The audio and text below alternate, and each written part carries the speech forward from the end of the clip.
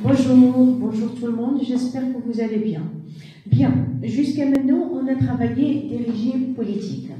Jusqu'à maintenant, on a donné une introduction générale. Qu'est-ce que ça veut dire un régime politique? Qu'est-ce que ça veut dire un système politique? On a parlé aussi des caractéristiques ou des critères généraux de chaque des régimes parlementaires, des régimes présidentiels et des régimes mixtes.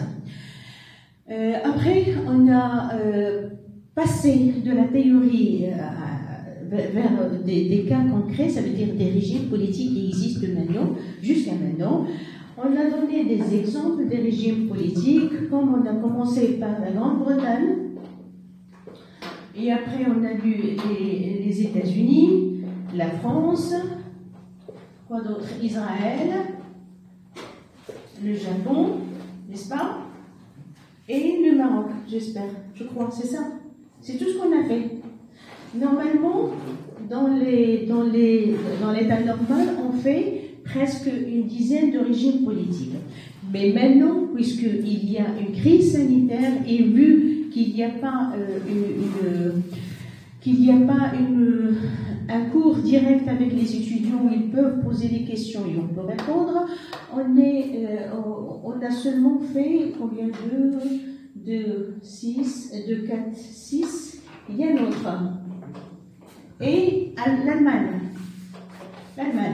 pour ne pas oublier. L'Allemagne, voilà, seulement 7 régimes politiques. Alors, on va vous demander bien sûr de préparer les 7 régimes, plus l'introduction. Et il faut savoir que jusqu'à maintenant, on a fait chaque régime à part. On a parlé de la Grande-Bretagne, des États-Unis, de la France, du Maroc, de l'Allemagne, d'Israël, du Japon, mais c'était chaque régime politique à part. Et on a dit que pour chaque régime politique, on a une introduction générale, on parle des généralités, de la géographie, de l'économie, de la situation géographique, de la population, etc. Juste après, on a un grand A où on évoque le pouvoir exécutif. Grand 2, c'est le pouvoir législatif. Et bien sûr, en 3, c'est la question, on va répondre à la question, existe-t-il une relation entre l'exécutif et le législatif? Et après, on a une conclusion. La conclusion, comme je dis toujours, c'est pas un résumé de ce qui a été dit. La conclusion, ça veut dire notre point de vue, est-ce qu'il y a une séparation du pouvoir, est-ce que c'est un régime démocratique, parce que c'est ça l'objectif de cette matière-là. Étudier le régime politique, parler s'il y a une séparation du pouvoir. S'il y a une séparation du pouvoir, est-ce que c'est une séparation souple ou est-ce que c'est une séparation souple ou rigide?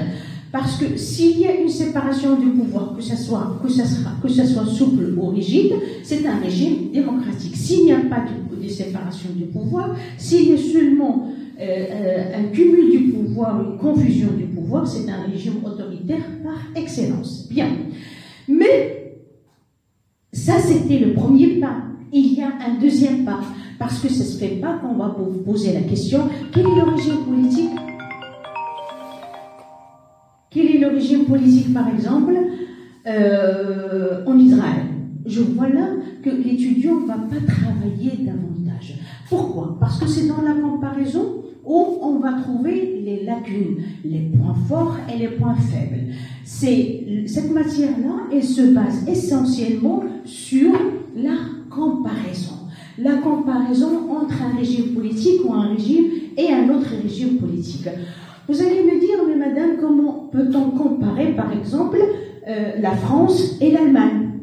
Comment on peut comparer, par exemple, la Grande-Bretagne et, par exemple, le Maroc? Comment peut-on comparer les États-Unis et le Maroc? Vous voyez, des fois, on dit que vraiment, c'est impossible de comparer. Mais non. On trouve toujours des points en commun, et des points de différence. Et c'est ça, la comparaison. Faites attention. Quand on parle de comparer, le verbe comparer 2 choses, ou comparer même 3 choses ou 4 choses. Ce qu'il faut savoir, c'est que quand on compare, écoutez-moi bien, quand on compare, on commence par exemple, si la question est la suivante, comparer entre la Grande-Bretagne et le Maroc, il ne faut pas je dis il ne faut pas souligner, il ne faut pas, par exemple, citer le pouvoir, le régime politique en Grande-Bretagne, grand 2, le régime politique au Maroc, et voilà, ça, c'est pas une comparaison. La vraie comparaison, même pour vos études futures, c'est que la comparaison commence dès le début. Dès le début, on commence la comparaison. Bien, comment on va, bien sûr, entamer la comparaison concernant les régimes politiques? Premièrement, on a toujours une introduction générale. Par exemple, si et seulement si, la comparaison, par exemple, entre le Maroc et la Grande-Bretagne. Comment je vais faire?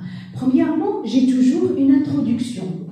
Et l'introduction générale, c'est comme on l'a fait avant. Par exemple, bien, on va concrétiser.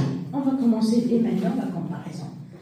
Je vais enlever tout ça et je vais faire, par exemple, si et seulement si, la question est comparer entre le régime politique en Grande-Bretagne et le régime politique au Maroc. Alors, la comparaison.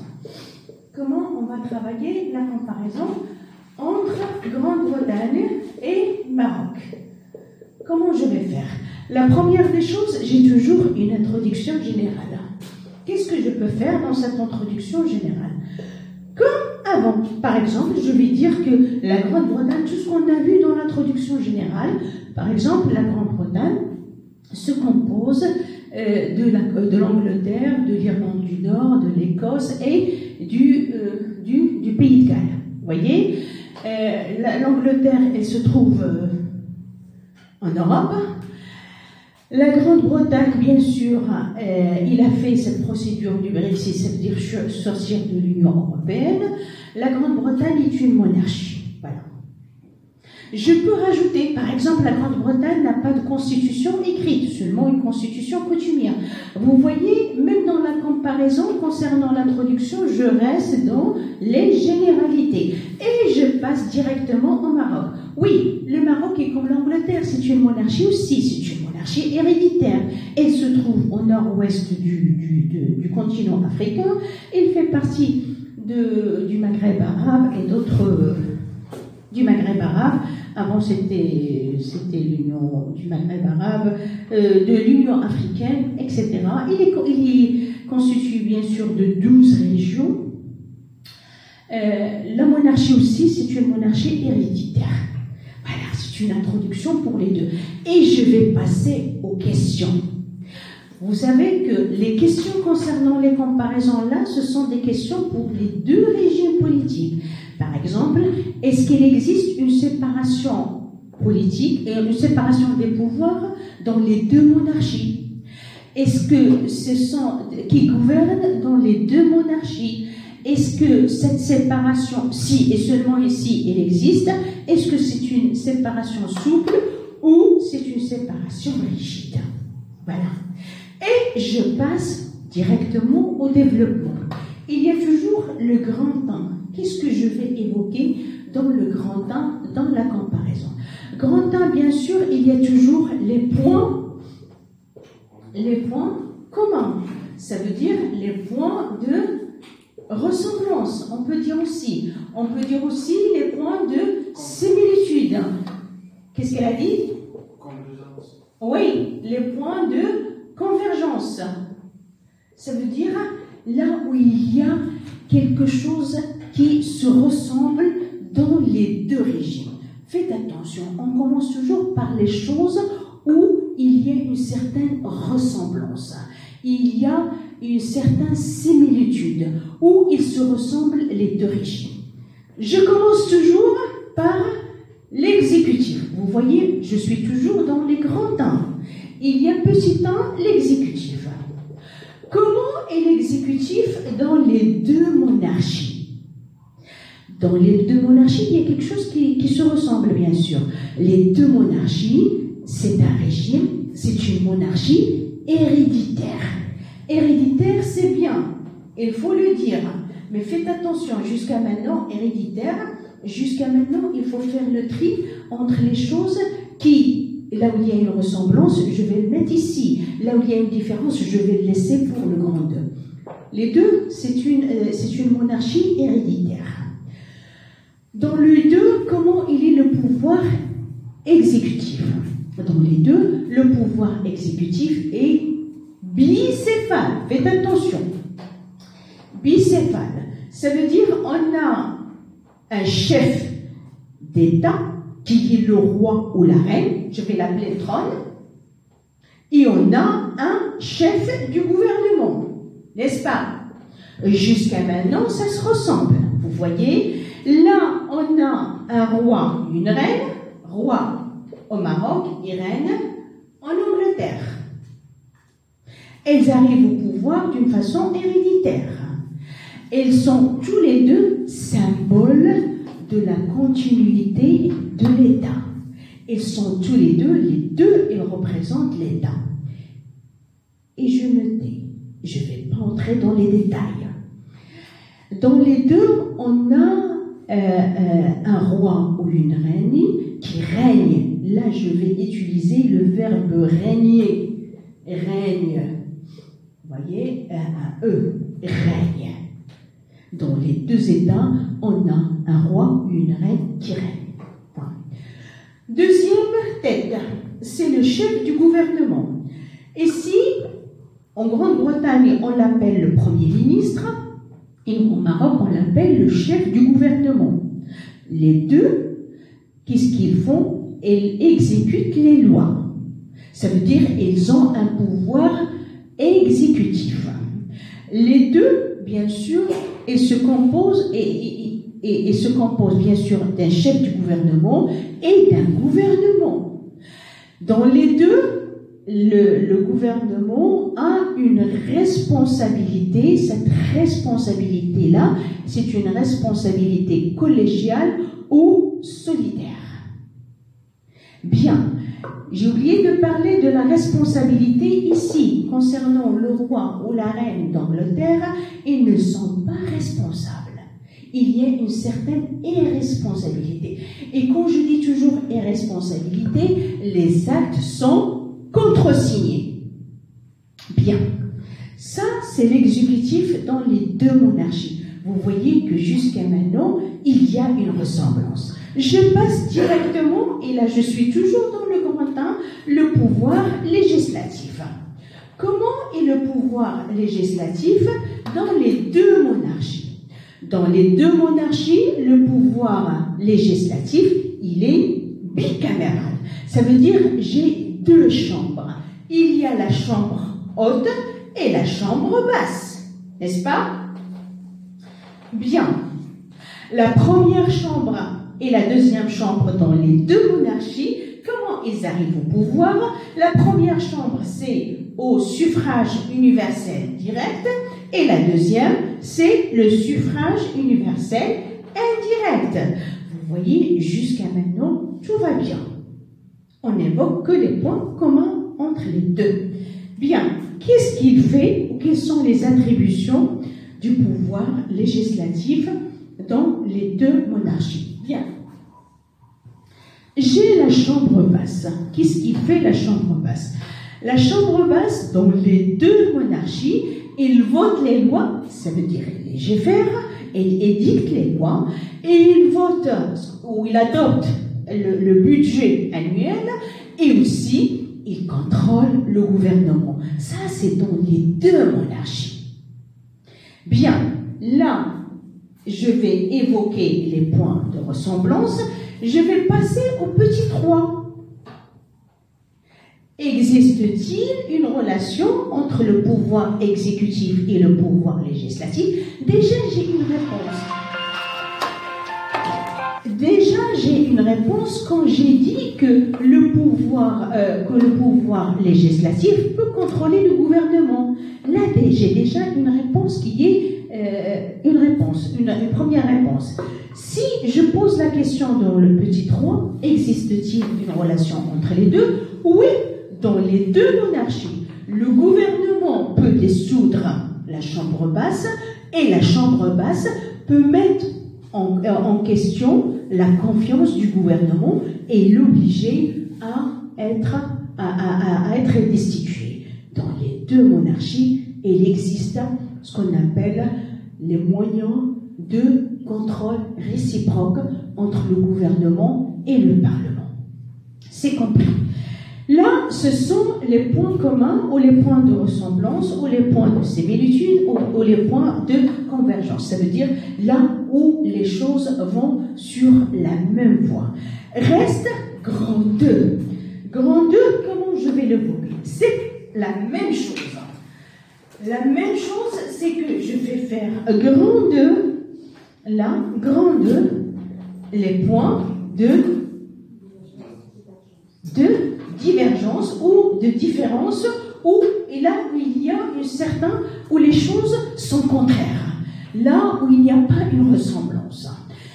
Bien, différence, bien sûr, il y a différence, il y a les points contraires, les points à l'inverse, les points non-similitudes, les points de divergence, les points qui ne sont pas en commun entre les deux régimes. La même chose que ce qu'on a fait dans les points en commun. Je commence toujours par le petit 1, le pouvoir exécutif. Et il y a une différence entre les deux. C'est vrai que ce sont des monarchies héréditaires, mais faites attention.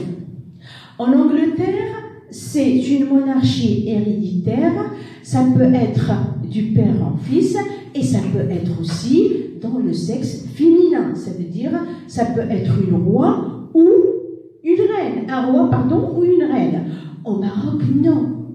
Seulement le sexe masculin. Il faut que ce soit, bien sûr, un homme et non pas une femme.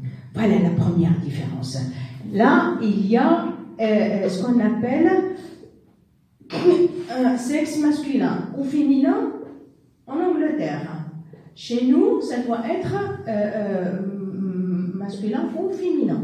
Chez nous, c'est bien sûr masculin. C'est écrit. Deuxième chose, c'est qu'on sait qu'en Angleterre, la reine règne, mais ne gouverne pas. Ça veut dire quoi? Qu'il règne, mais ne gouverne pas. Ça veut dire qu'il a seulement un rôle protocolaire. Il a seulement un rôle, j'ai dit protocolaire, cérémonial, ça veut dire qu'il a seulement un rôle effacé et ne peut pas prendre les décisions. Bien sûr, au Maroc, non. Au Maroc, on a un roi qui règne et qui gouverne en même temps. Ça veut dire quoi? Ça veut dire qu'il a des attributions réelles, qu'il a un rôle réel, que ce soit dans le rôle, que ce soit un rôle religieux ou un rôle temporel. Et quand je dis un rôle temporel, ça veut dire un rôle effectif, réel, dans le pouvoir législatif, dans le pouvoir exécutif, dans le pouvoir judiciaire, dans le pouvoir militaire, défense, etc. Elle joue un rôle qui est réel. Bien, on a dit que ça, je m'arrête ici. Ça veut dire que ce soit une reine ou un roi. Et on a dit qu'en Angleterre, que la reine ou le roi règne mais ne gouverne pas. L'autre tête. En Angleterre, on a dit qu'il y a un premier ministre. Et au Maroc, on a un chef du gouvernement. Faites attention, on est toujours sur les points où il n'y a pas une ressemblance. Le premier ministre en Angleterre, c'est lui qui gère, c'est lui qui exécute, c'est lui qui administre, c'est lui qui détient le vrai pouvoir exécutif. Chez nous, le chef du gouvernement, il a un rôle, mais ça reste un rôle minime, parce que le vrai rôle, il est entre les mains du roi. C'est compris?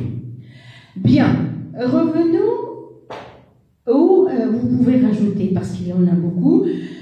Là, c'est le grand 1, le grand 2, c'est le pouvoir législatif. Comment il est le pouvoir, ou où est-ce qu'il est la différence concernant le pouvoir législatif dans les deux monarchies? C'est vrai que dans les deux monarchies, c'est un pouvoir, le pouvoir législatif, il est bicaméral. Il est constitué de 2 chambres. Mais faites attention, on trouve que le pouvoir ou le Parlement en Angleterre, elle joue un rôle qui est réel.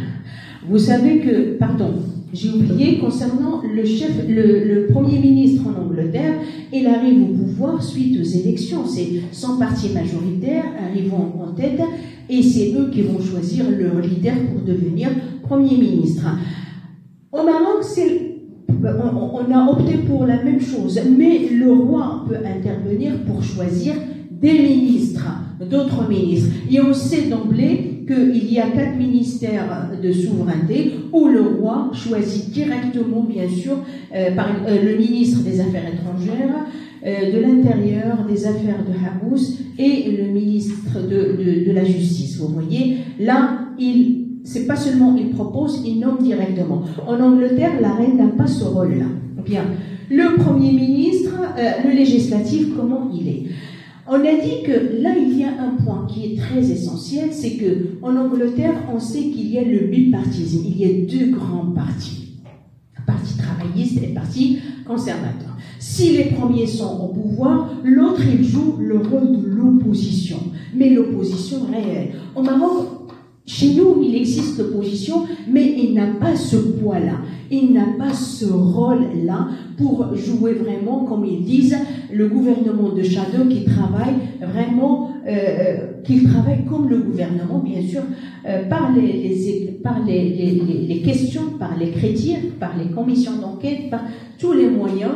Et c'est ça la clé de voûte de l'équilibre du régime parlementaire en Angleterre. Il existe une relation dans les deux, oui, elle existe.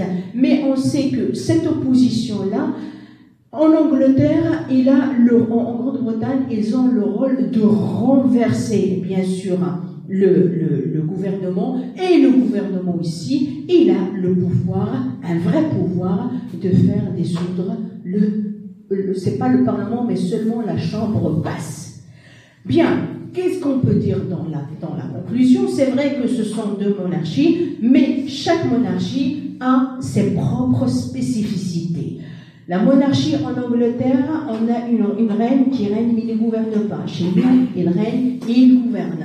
L'opposition en Angleterre, elle joue un rôle réel. Chez nous, ils ont un rôle, mais je ne vais pas dire minime, pour ne pas dramatiser, mais je ne vais pas dire qu'il est formel pour ne pas dramatiser, mais il reste minime. La démocratie, bien sûr, est-ce qu'il y a une séparation de pouvoirs? Bien sûr, dans les 2 États, il y a une séparation des pouvoirs, mais c'est une séparation à géométrie variable, si j'ose dire. Voilà comment ça se passe, la comparaison. Vous voyez que ce n'est pas difficile. On a toujours une introduction générale. Toujours, il y a des questions. Grand 1, c'est toujours les points communs. Grand 1, quand on parle des points en commun, j'évoque toujours le pouvoir exécutif, pouvoir législatif. Existe-t-il une relation entre les 2 pouvoirs? La même chose pour les points de divergence ou de différence. S'il y a le pouvoir exécutif, le pouvoir législatif, est-ce qu'il y a une relation? Pour la conclusion, ne répétez pas ce qui a été dit. Si ce n'est pas quelque chose concernant, par exemple, les perspectives, il ne faut pas faire un résumé à la fin. S'il n'y a pas quelque chose de nouveau, par exemple, se poser la question sur le départ de l'Angleterre du Brexit, est-ce que ça va toucher vraiment la séparation du pouvoir ou est-ce que ça donne un pouvoir de plus pour le Premier ministre? Vous voyez, ce sont des questions qu'on peut se poser. Mais ça s'arrête là, pas de résumé à la fin. Bien.